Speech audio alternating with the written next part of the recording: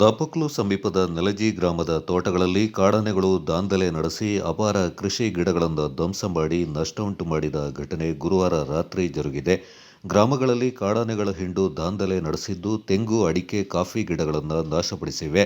ನೆಲಜಿ ಗ್ರಾಮದ ಕೋಟೆರ ಸತೀಶ್ ಮತ್ತು ಸಹೋದರ ಪ್ರಸಾದ್ ಜೋಯಪ್ಪ ಎಂಬುವರ ಹಾಗೂ ಸುತ್ತಮುತ್ತಲಿನ ತೋಟದಲ್ಲಿನ ಕೃಷಿ ಗಿಡಗಳನ್ನು ನಾಶಪಡಿಸಿವೆ. ಗ್ರಾಮದ ಫಾರ್ಮರ್ಸ್ ಕ್ಲಬ್ ಕೋಟೆರ ಐನ್ಮನೆಯ ಸುತ್ತಮುತ್ತ ಮುಂಭಾಗದಲ್ಲಿ ಕಾಡಾನೆಗಳು ಅಡ್ಡಾಡಿ ದಾಂಧಲೆ ಮಾಡಿವೆ. ಇತ್ತೀಚೆಗೆ ಕಕ್ಕಬ್ಬೆ, ಕುಂಜಿಲ, ಯವಕಪಾಡಿಯ ತೋಟಗಳಲ್ಲಿ ಕಾಡಾನೆಗಳು ದಾಂಧಲೆ ನಡೆಸಿದ್ದು ಅಪಾರ ಪ್ರಮಾಣದಲ್ಲಿ ಕಾಫಿ, ಬಾಳೆ, ಅಡಿಕೆ ಗಿಡಗಳನ್ನು ಧ್ವಂಸ ಮಾಡಿದ್ದವು. ಕಾಡಾನೆಗಳನ್ನು ಒಂದು ಭಾಗದಿಂದ ಓಡಿಸಿದ್ರೆ ಮತ್ತೊಂದು ಭಾಗದಿಂದ ನುಸುಳುತ್ತವೆ. ಗ್ರಾಮದ ಜನರು ಸಂಕಷ್ಟ ಅನುಭವಿಸ್ತಾ ಇದ್ದಾರೆ. ಸಂಬಂಧಪಟ್ಟ ಅರಣ್ಯ ಇಲಾಖೆ ಅಧಿಕಾರಿಗಳು ಗ್ರಾಮದಲ್ಲಿರುವ ಕಾಡಾನೆಗಳನ್ನು ಕಾಡಿಗಟ್ಟುವ ಅಥವಾ ಸೆರೆ ಹಿಡಿಯುವ ಮೂಲಕ ಸ್ಥಳಾಂತರಿಸಲು ಕ್ರಮ ಕೈಗೊಳ್ಳಬೇಕು. ನಷ್ಟ ಸಂಭವಿಸಿದ ಬೆಳೆಗಾರರಿಗೆ ಸೂಕ್ತ ಪರಿಹಾರ ಒದಗಿಸಿಕೊಡಬೇಕೆಂದು ಸ್ಥಳೀಯರು ಒತ್ತಾಯಿಸಿದ್ದಾರೆ. Kodagu channel news, Duggala Sadananda, Napoklu.